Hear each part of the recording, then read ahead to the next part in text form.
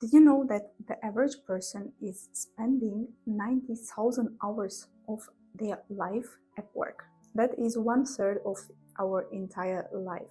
Can you imagine doing something that you hate for 90,000 hours? If you're stuck in a job that you dislike, it feels like a never-ending cycle of stress, burnout, and regret. Sounds like a nightmare, right? Unfortunately, many people end up trapped in careers that they never choose consciously. The biggest myth is that choosing a career is a very logical and conscious decision. But in reality, we are swimming in a sea of unconscious influences. Think about parental expectations, societal norms, childhood experiences. They all shape our perceptions of how the good job should look like. While many of us choose careers based on fear of not making enough money, fear of disappointing our families, or fear of failing, others fall into a trap of shiny objects, jobs that look glamorous and pay well, but never align to their core values and interests. Plus, our brain are wired with biases. We might fall victim of confirmation bias, only seeking information that confirms our existing beliefs, or the status quo bias,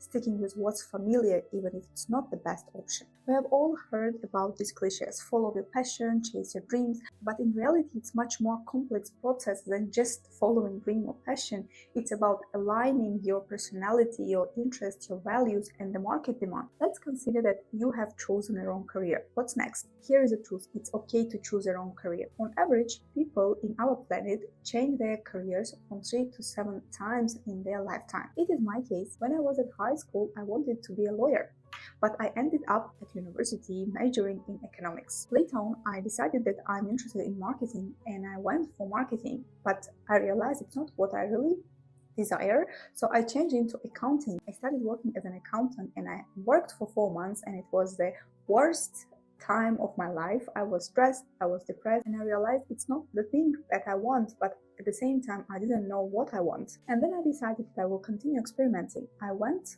to teaching and started teaching the English language. Later on, I became a career coach, and now I am doing a PhD and I have become a researcher.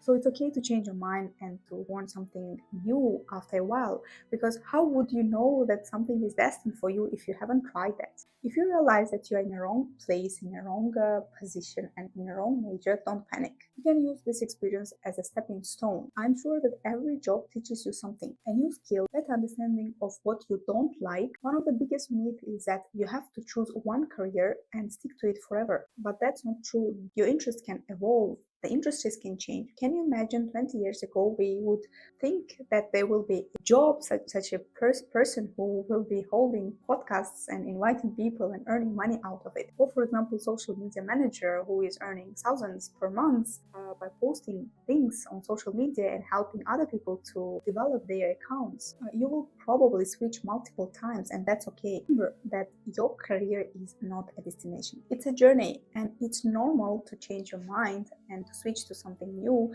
that excites you more and you think that you will excel there better. Many of us believe that career is like a treasure.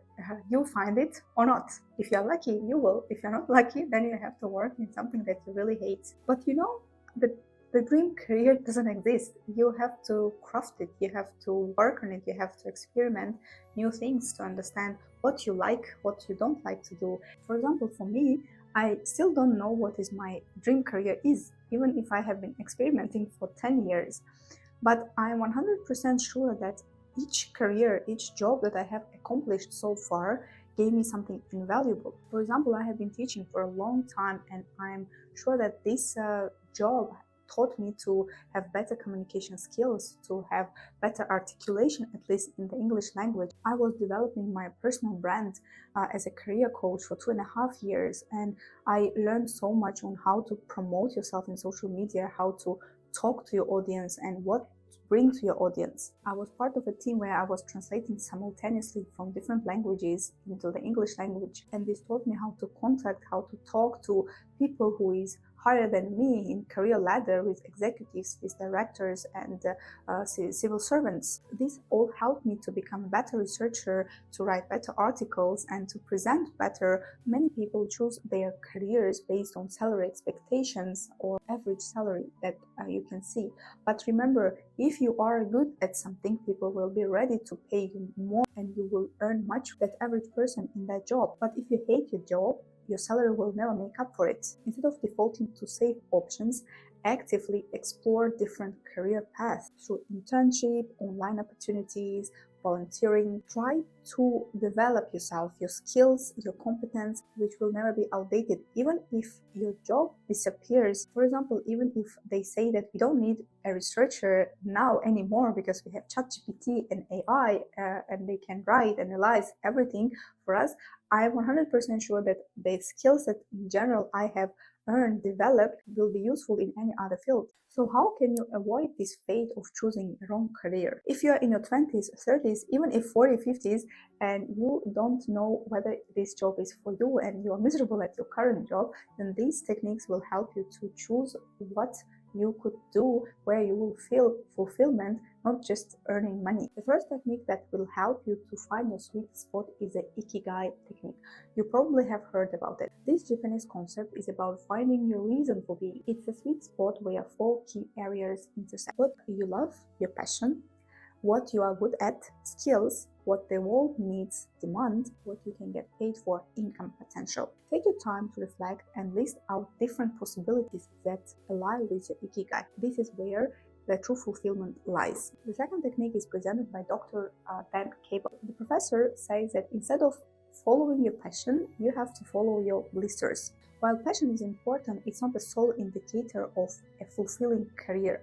Passions can be fleeting, and not all passions translate into sustainable careers. You better pay attention to the tasks that you want to return, and you want to do them even if it is difficult. These blisters reveal what you really want to do and what really matters to you. You have to identify the activities that you don't need reminded to do, the ones you are naturally drawn to even if they are difficult.